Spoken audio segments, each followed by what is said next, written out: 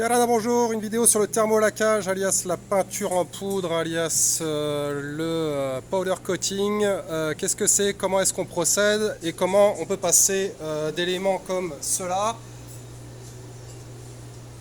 qui deviennent blastés et qui sont donc devenus impeccables pour pouvoir poser un thermolaquage qui ressemble au final à quelque chose comme ça. Donc il faut savoir qu'il y a trois grandes classes de thermolaquage, de poudre. Il y a l'époxy qui est pour l'intérieur, qui résiste très très mal au soleil. Il y a la version polyester qui est plus pour les finitions.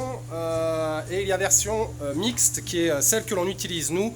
C'est-à-dire un mélange des deux. J'essaie d'aller vite dans cette vidéo et de tenir sur les 2 minutes parce que la capacité d'attention apparemment de nos abonnés est de 40 secondes.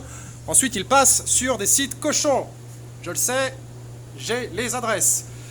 Donc, une fois que l'on a blasté et bien préparé la pièce est passée à la poudre. Donc la poudre, on a différents coloris, je vous montrerai ça juste après. C'est pas une peinture classique, c'est-à-dire que ça se présente vraiment sous la forme d'une poudre comme ça. La pièce est branchée en positif et la poudre est balancée en électricité négative. Donc si vous vous souvenez de vos cours, en plus moins ça s'attire. Et ensuite on passe au four. Donc ça veut dire que vos pièces sont chauffées à bloc. Ça veut dire que si vous voulez qu'on fasse un thermolaquage, il faut que vos pièces soient conductrices, quoique ça se discute. On est en train d'élaborer d'autres techniques. On n'a rien inventé, hein. Et ensuite, elles sont... Tu peux arrêter, ils sont déjà sur les sites cochons. 40 secondes. Merde, ça fait déjà 2 minutes, ils sont déjà sur les sites porno.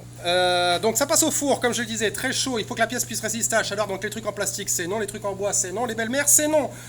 La poudre à ce moment-là passe par 3 phases. Il y a une phase de fusion, c'est-à-dire qu'elle devient liquide. Et ensuite, il y a une phase de coalescence, c'est-à-dire qu'elle devient uniforme. Puis une phase de polymérisation, c'est-à-dire que le liant fait son effet. C'est une peinture donc qui est sans solvant ni durcisseur pour pouvoir sauver les bébés phoques et les bébés tortues. Ça fonctionne sur les jantes, ça fonctionne sur tout un tas de trucs.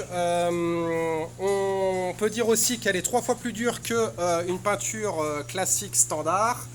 On a différents coloris, on a du noir mat, on a du noir brillant, on a du gris, on a de l'effet cuivre, on a du rose néon, enfin bon, on a tout un tas de trucs.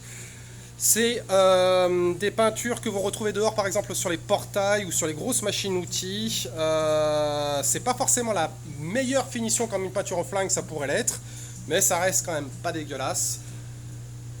Envoyez-nous un message sur Facebook, regardez notre album Facebook qui s'appelle ProPaint pour avoir des idées de ce que ça donne et on pourra vous répondre. ProBlast, on blast tout. Ouais, mais là, t'es tout seul, il n'y a plus personne qui te regarde. Là. Mais je blast tout seul parce que plus personne me regarde. Sniff.